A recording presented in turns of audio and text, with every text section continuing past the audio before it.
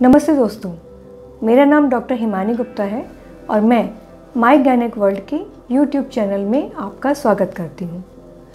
आज का हमारा टॉपिक है यूट्राइन एनोमलीज और उनकी वजह से होने वाली प्रेगनेंसी से रिलेटेड कॉम्प्लिकेशंस। सबसे पहले यह जान लेते हैं कि यूट्रस के एनोमलीज या तो जन्मजात यानी कि कंजेनाइटल हो सकती हैं या फिर समय के चलते बाद में पैदा हुई हो सकती हैं। ये जानने के लिए सबसे पहले देखते हैं कि एम्ब्रियो की स्टेज में यूट्रस का स्ट्रक्चर कैसे डेवलप होता है और इस प्रोसेस में क्या कमी रह जाए कि ये एनोमलीज या एबनॉर्मेलिटीज़ सामने आती हैं। अभी आपकी स्क्रीन पर जो पिक्चर है उससे आपको यूट्रस के डेवलपमेंट के बारे में पता चलेगा। एम्ब्रियो के स्टेज में उसके शरीर के नीचे के भाग में दोनों तरफ एक ट्यूबुलर स्ट्रक्चर डेवलप होता है जिसे मुलेरियन डक्ट कहते हैं।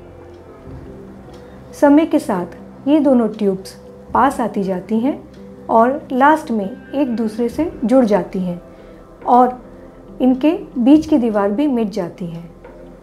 इसके बाद इस स्ट्रक्चर में एक कैविटी आ जाती है जिसे यूट्राइन कैविटी कहते हैं और एडल्ट वुमेन में इसी कैविटी में फीटस का इम्प्लांटेशन होता है और प्रेगनेंसी का कंटिन्यूएशन होता है। अगर मुलेरियन डक्ट ठीक से बने नहीं या जुड़े नहीं या उनके बीच की दीवार ठीक से मिटे नहीं, तब यूट्रस की कंजेनिटल एबनॉर्मेलिटीज़ पैदा होती हैं। अब हम डिस्कस करेंगे इन एबनॉर्मेलिटीज़ से होने वाली प्रमुख समस्याएं।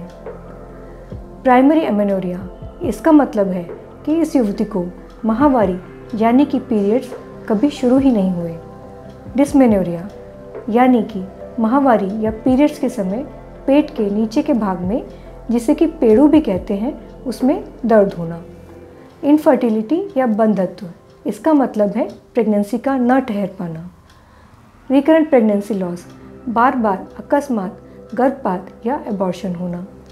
प्रीटर्म लेबर, प्रसव या लेबर पेन का समय से पूर्व हो जाना और प्रीमेच्योर बेबी का जन्म होना।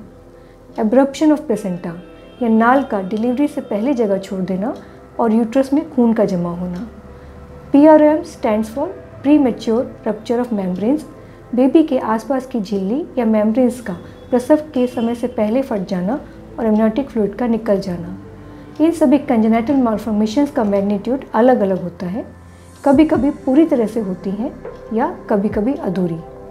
अभी हम आपको यूट्राइन एनोमलीज के टाइप्स के बारे में बताएंगे। अभी आपकी स्क्रीन पर जो पिक्चर है उससे आपको यूट्राइन एनोमलीज के टाइप्स के बारे में पता चलेगा। बाइकॉर्नेट यूट्रस का मतलब है दोनों डक्ट्स या ट्यूब्स भी अलग हैं, दोनों कैविटीज़ भी अलग हैं। हेमिकॉर्नेट यूट्रस या यूनिकॉर्नेट यूट्रस का मतलब है केवल एक ही तरफ की डक्ट बनी है और उसमें कैविटी प्रेजेंट है। सेप्टेट यूट्रस कंप्लीट या पार्शियल हो सकता है। इस तरह की एनोमली में दोनों नलकियां मिली तो सही पर उनके बीच की दीवार मिटी नहीं। एप्लास्टिक यूट्रस, दोनों नलकियां पूरी तरह से एब्सेंट हैं। एक फीमेल की अलग अलग एजेस में ये एबनॉर्मेलिटीज़ अलग अलग तरह से प्रेजेंट करती हैं।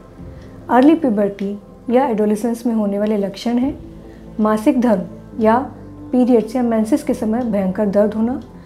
रिप्रोडक्टिव एज में होने वाले लक्षण हैं बार बार आपातकालीन गर्भपात या जिसे हम कहते हैं रिकरेंट अर्ली प्रेगनेंसी लॉस। समय से पहले लेबर पेन्स का शुरू हो जाना जिसे हम प्रीटर्म लेबर कहते हैं।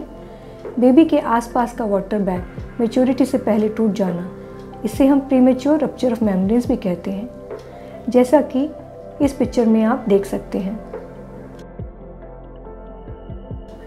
बेबी का पैर की तरफ से जन्म लेने की स्थिति में होना, इसे हम ब्रीच प्रेजेंटेशन भी कहते हैं, जैसा कि आप इस पिक्चर में देख सकते हैं।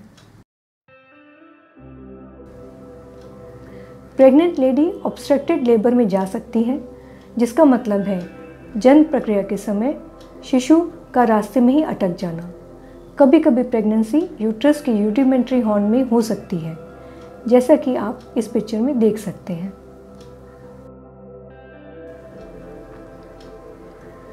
अब डिस्कस करते हैं कि यूट्राइन एबनॉर्मेलिटीज़ और प्रेगनेंसी से रिलेटेड कॉम्प्लिकेशंस के क्या चांसेस हैं। इनफर्टिलिटी के चांस 5% तक हैं।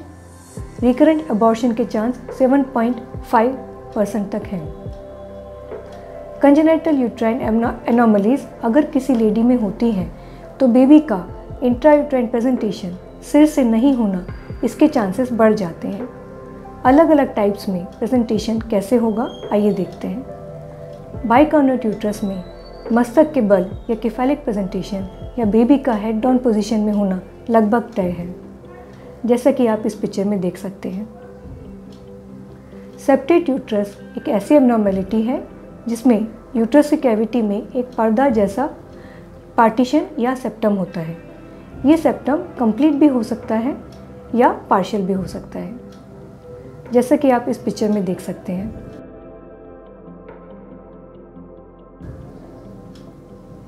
इस कंडीशन में शिशु का पैर की तरफ से जन्म लेने की पोजीशन में होना या ब्रीच प्रेजेंटेशन कॉमन है। आर्क्वेट यूट्रस में यूट्रस की छत पर एक इंडेंटेशन होता है। इस कंडीशन में फीटस का आड़ी तरह से गर्भाशय में लेटा होना या ट्रांसवर्स लाइक के चांसेस बढ़ जाते हैं, जैसा कि आप इस पिक्चर में देख सकते हैं।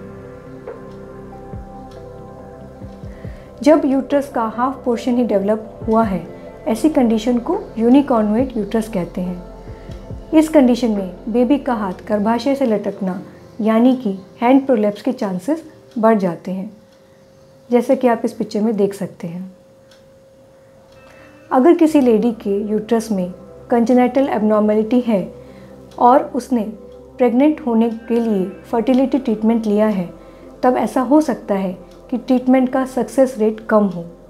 इन केसेस में पहले 3 महीने के अंदर ही अपने आप से अबॉर्शन या मिसकैरेज होने के या बच्चे की धड़कन ना डेवलप होने के, जिसे हम मिस्ड अबॉर्शन कहते हैं, इसके चांसेस ज़्यादा होते हैं।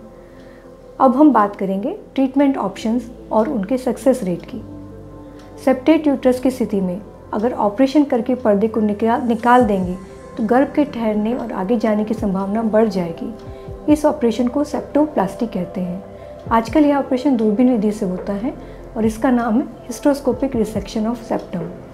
अगर बिना उस ऑपरेशन को किए फर्टिलिटी ट्रीटमेंट की मदद से प्रेगनेंसी ठहर भी जाए तो 70% चांस है कि या तो स्पॉन्टेनियस मिसकैरेज हो जाएगा या फिर प्रीटर्म लेबर। हालांकि यूनिकॉर्नुएट यूट्रस की स्थिति सबसे रेयर है, पर इस अवस्था में प्रेगनेंसी लॉस के चांसेस 50% तक हैं, जबकि बाकी एब्नॉर्मेलिटीज़ में नुकसान की दर 5 से 13% है। यूनिकॉर्नुएट यूट्रस में अगर पीरियड्स या मेंसेस के समय बहुत दर्द हो रहा है तो दूरबीन विधि से हॉर्न को निकाला जा सकता है। इस सर्जरी का नाम है laparoscopic removal of non communicating rudimentary horn of uterus. Bicornuate uterus सबसे कॉमन एनोमली है। लेडी को इसमें प्रेग्नेंट होने में अमूमन कोई कठिनाई नहीं होती। जनरली इन औरतों को गर्भावस्था के दौरान भी कोई खास इलाज की ज़रूरत नहीं पड़ती। कभी कभी यूट्राइन रिलैक्सेंट्स या प्रोजेस्टेरॉन सप्लीमेंट्स देने पड़ सकते हैं। यूट्रस के आउटलेट यानी कि सर्विक्स पर नॉन एब्जॉर्बेबल सूचर मटेरियल से टांका लेने में कितना फ़ायदा होगा, इसके बारे में विभिन्न डॉक्टरों के अलग विचार हैं। इस सर्जरी को सर्वाइकल सर्कलाज कहते हैं। अगर बार बार अर्ली अबॉर्शन या प्रीटर्म डिलीवरी हो रही है तो यूट्रस के दोनों हॉर्न्स को जोड़ने वाली सर्जरी से ज़रूर से मरीज़ को सहायता मिलेगी। इस सर्जरी को लेप्रोस्कोपिक मेट्रोप्लास्टी कहते हैं। आर्क्वेट यूट्रस की वजह से प्रेगनेंसी को कोई भी नुकसान नहीं होता, इसलिए इस एनोमली को एक चांस फाइंडिंग समझकर छोड़ देना चाहिए। किसी भी तरह के ट्रीटमेंट या सर्जरी की कोई ज़रूरत नहीं है। आप जो भी निर्णय लें अपने गायनेकोलॉजिस्ट की सलाह से लें। माय गायनेक वर्ल्ड की कोशिश है कि आसान और कॉमन लैंग्वेज में हम गायनेक हेल्थ रिलेटेड वीडियोस आप तक पहुंचाते रहें। Keep watching our YouTube channel my गायनेक world and subscribe to it. Thank you.